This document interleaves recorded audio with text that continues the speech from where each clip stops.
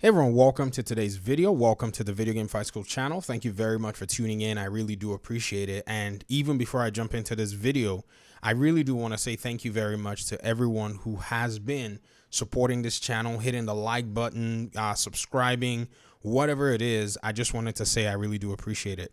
By the way, if you're new, my name is Imake and I am the commentator and content creator here.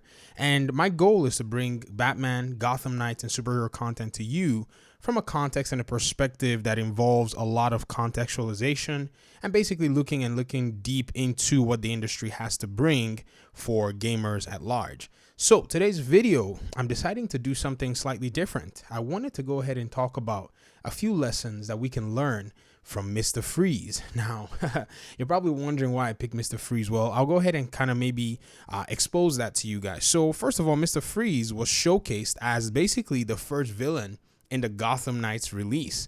And so that basically stems from where we're going, because not only was he just basically showcased, he is an iconic rogue gallery member in the Batman universe.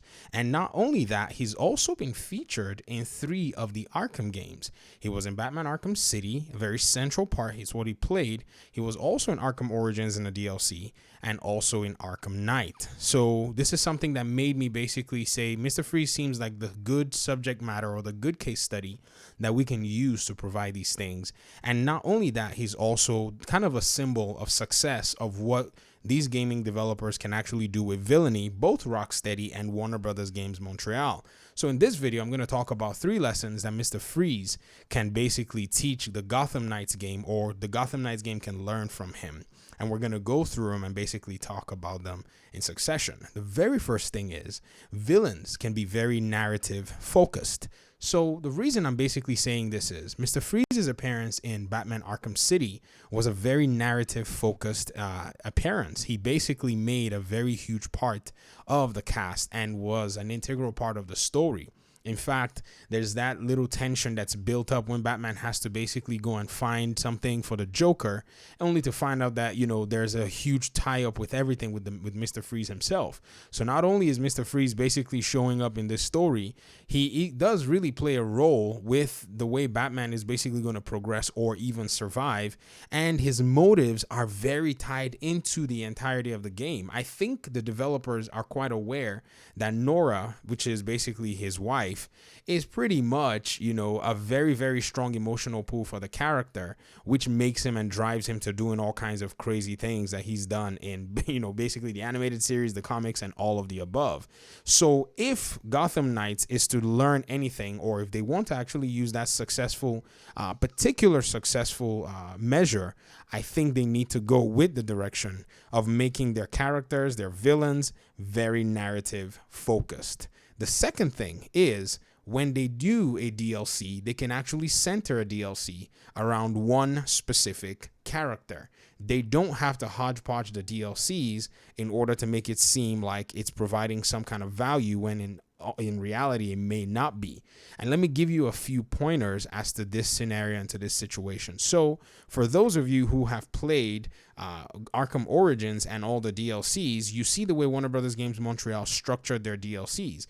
They structured the DLCs and made them somewhat centered around specific characters. Now, yes, Arkham Knight also tried to do the very same thing, but it wasn't necessarily the same because some of the payoffs were not necessarily good. And in fact, there's a stark contrast because you can basically juxtapose the depiction of Mr. Freeze in Arkham Origins DLC and also the juxtaposition of Mr. Freeze in Arkham Knight DLC, where in Arkham Origins, you have this long progression before you get to him and you have this really good, amazing combat sequence. Whereas in Arkham Knight, the combat sequence is you, him in a Batmobile and all this very weird stuff. It wasn't satisfying at all. And I think that's partly because they juxtapose multiple villains into this, what they call, DLC composition, which is, basically the most wanted, or I think Gotham's most wanted, where you had, Killer Croc and you had these other, villains.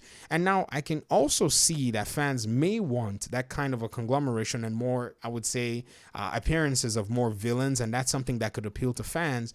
But I don't think the quality quality is necessarily achieved by the quantity of the villains that you have. So if they're going to implement any villain, or if they're going to implement, some of these characters as maybe potential DLC characters, they really have to focus on those, specific characters, expand upon them, so that we can basically experience, a much deeper side or a much deeper motive of that character. And then to the final thing, and the third, which is, if you're going to bring, any villain to the game, they have to have, or they are permitted to have, dynamic encounters. Now I'm going to go ahead and kind of break this one down, and we're going to close out this video. And the dynamic encounters of which I speak will also go to Mr. Freeze. Now, I can also point out other characters in the Arkham games that did provide some dynamic encounters, but we're on a theme with Mr. Freeze, and we have to go back to that fight sequence in Batman Arkham City. Now, that Batman, Arkham City fight sequence where you actually have to take on Mr. Freeze inside of the GCPD building is a combat sequence that is quite memorable. I've seen many, Batman fans talk about how that combat sequence was not too, I would say iconic to them, or it was just kind of a forgettable sequence. But ladies and gentlemen, in all reality, that was a combat mechanic that really did challenge what you would have expected for Batman to deal with Mr. Freeze. You would have thought that Batman would probably be able to take him head on, but then you were faced with the huge reality pill that you just cannot deal with Mr. Freeze from that perspective. He is a smart villain, anticipating your moves, trying to cut you off, and trying to at least adapt to every single thing that you do. So that particular fight sequence was designed to throw you as the gamer off, provide a little bit of frustration if you couldn't figure out all the different 7 tactics to take him down, or I think it was like 6 of them, and then probably get you thinking. I remember I couldn't do it in the first try. I had to basically walk away. I had to think about all kinds of different mechanics that I'd learned, and it not only puts you in a place where you're just dealing with a difficult enemy, it puts you in a place that wants to test out your knowledge and implementation of the game mechanics. And if you even think about the way things like these are developed, I genuinely believe that this was not something that was very easy to do if you were to ask me. Now, I can see also that Warner Brothers Games Montreal tried that as well with the Cold Heart DLC, where they didn't do something exactly like Arkham City, but they made it somewhat of a challenge to deal with Mr. Freeze. Now that all of this has been said and done, when we see the Gotham Knights game and when we approach Mr. Freeze, I don't know what we're going to see, but my guess is you're going to approach Mr. Freeze just the way Barbara and the way Robin approach him in the reveal trailer, and you're going to start with some melee combat, and then he's going to switch things up and show you Gotham kids how things are really done, which is, in my opinion, going to challenge the players. And I think Warner Brothers Games Montreal actually is going to do something like that, because they are not new to the character themselves.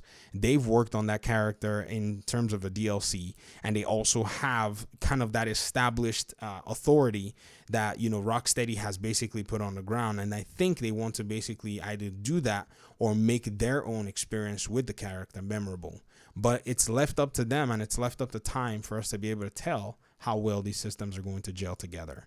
That's the end of my video. I just wanted to share that with you guys. Thank you very much for your time and audience. If you're enjoying the content, go ahead and hit the subscribe button or hit the like button. It really does help.